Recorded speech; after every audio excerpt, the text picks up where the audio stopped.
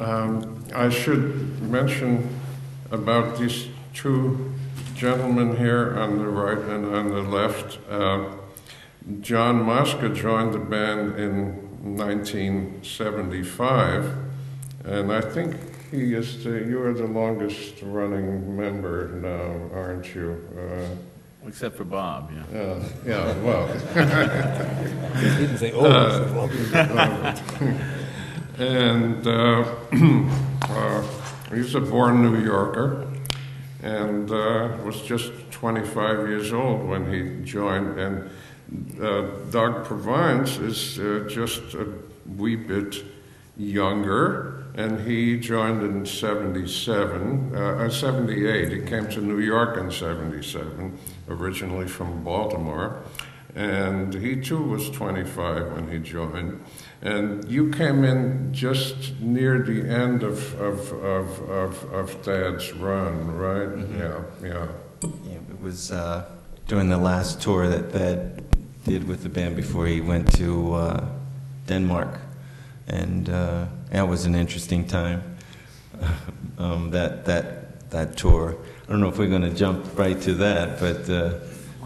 It's all right. We don't have to go chronologically. Oh, okay. Go back and forth. But listening to you, the whole spirit of the band and the whole spirit of the Village Vanguard. When I moved to New York, all I did was make a beeline to the Village Vanguard, especially on a Monday night. And so, from the time that I moved to New York, I was there every Monday. And even today, people, they come up and they say, well, how do you get on the band and how do you sub the band? And they don't even come to the Vanguard or something. I'm like, well, you kind of just be there and you get all that spirit. But when I walked into the Village Vanguard on a Monday night, I felt like this is home. It's just the whole spirit of the band and Thad and Mel, and it was just so, I was like, wow. And I never felt that any place else. I was just so surprised, and so this is the place to be. And of course, I was younger when I first heard of the band, and everybody in all the music said this is the coolest and the hippest band out there, no matter what, And for a lot of reasons, of course, there's the music.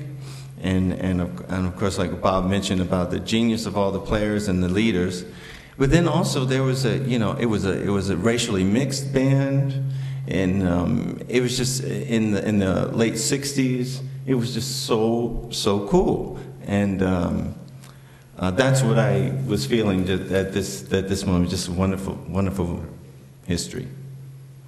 Yeah, right about the Vanguard. When we walked in there, we had an attitude because we were one of the best in the world, individually and collectively. Yeah. So that's how we felt.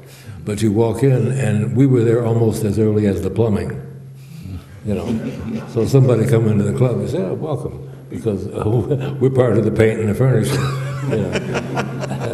And that was a wonderful place to be because that was us, You got to remember, how many of you have been to the Village Vanguard? Oh, goodly number. Okay, it's small, and the big band was a little bit of a logistics job to set it up there, and the piano was up in front on the extension. Right. There's an extension there. And but it was just the feeling, and then it would be full of people, and the music would start, and it would just fill the room, and there was just such a spirit there. It was totally amazing. And it was just one of those things where you always felt when you were there that you wouldn't want to be anywhere else. I mean, that was the place where you wanted to be. That was it. And it went on for quite a while. I'm going to jump around a little bit, but there were things that happened. One of the things that we should mention is that the band really served as an incubator of talent, and people came into full view due to their stint with the band. One was he was just about 19, I think, was John Faddis. You know, he was a sensation. John was just totally amazing. He didn't have much conversation at the time. He had memorized a lot of jokes from a collection of joke books. Remember that joke book? You know, that was like all bad jokes. Yes, they're very bad. But that's how, you know, he was a little shy, and that's what he would do when you engaged him in conversation. He would tell you one of these terrible jokes. But got up in the bandstand, and that was no joke at all. So John came out of there. Dad was just, you know, he really loved John, and he thought he was absolutely wonderful. Billy Harper was a great tenor player who came out of there. Another great tenor player who also was a great flute player was Joe Farrell.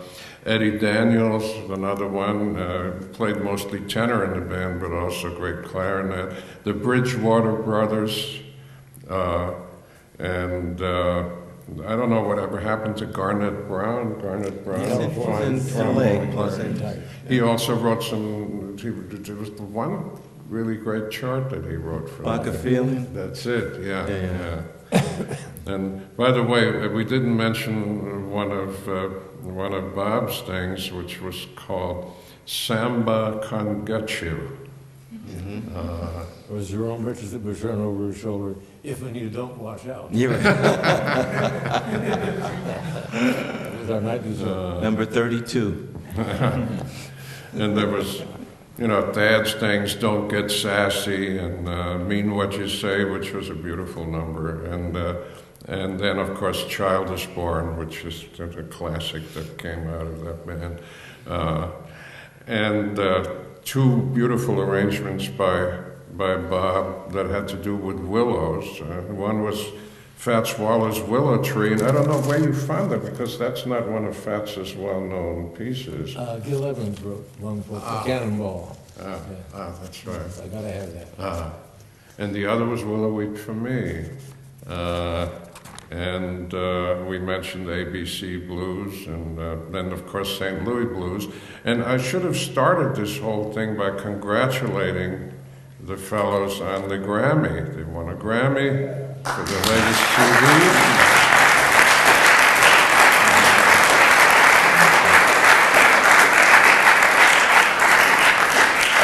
And that CD includes a revisit to one of Bob's great arrangements of none other than St. Louis Blues, very Willow close Tree. to home. And Willow Tree on that. So I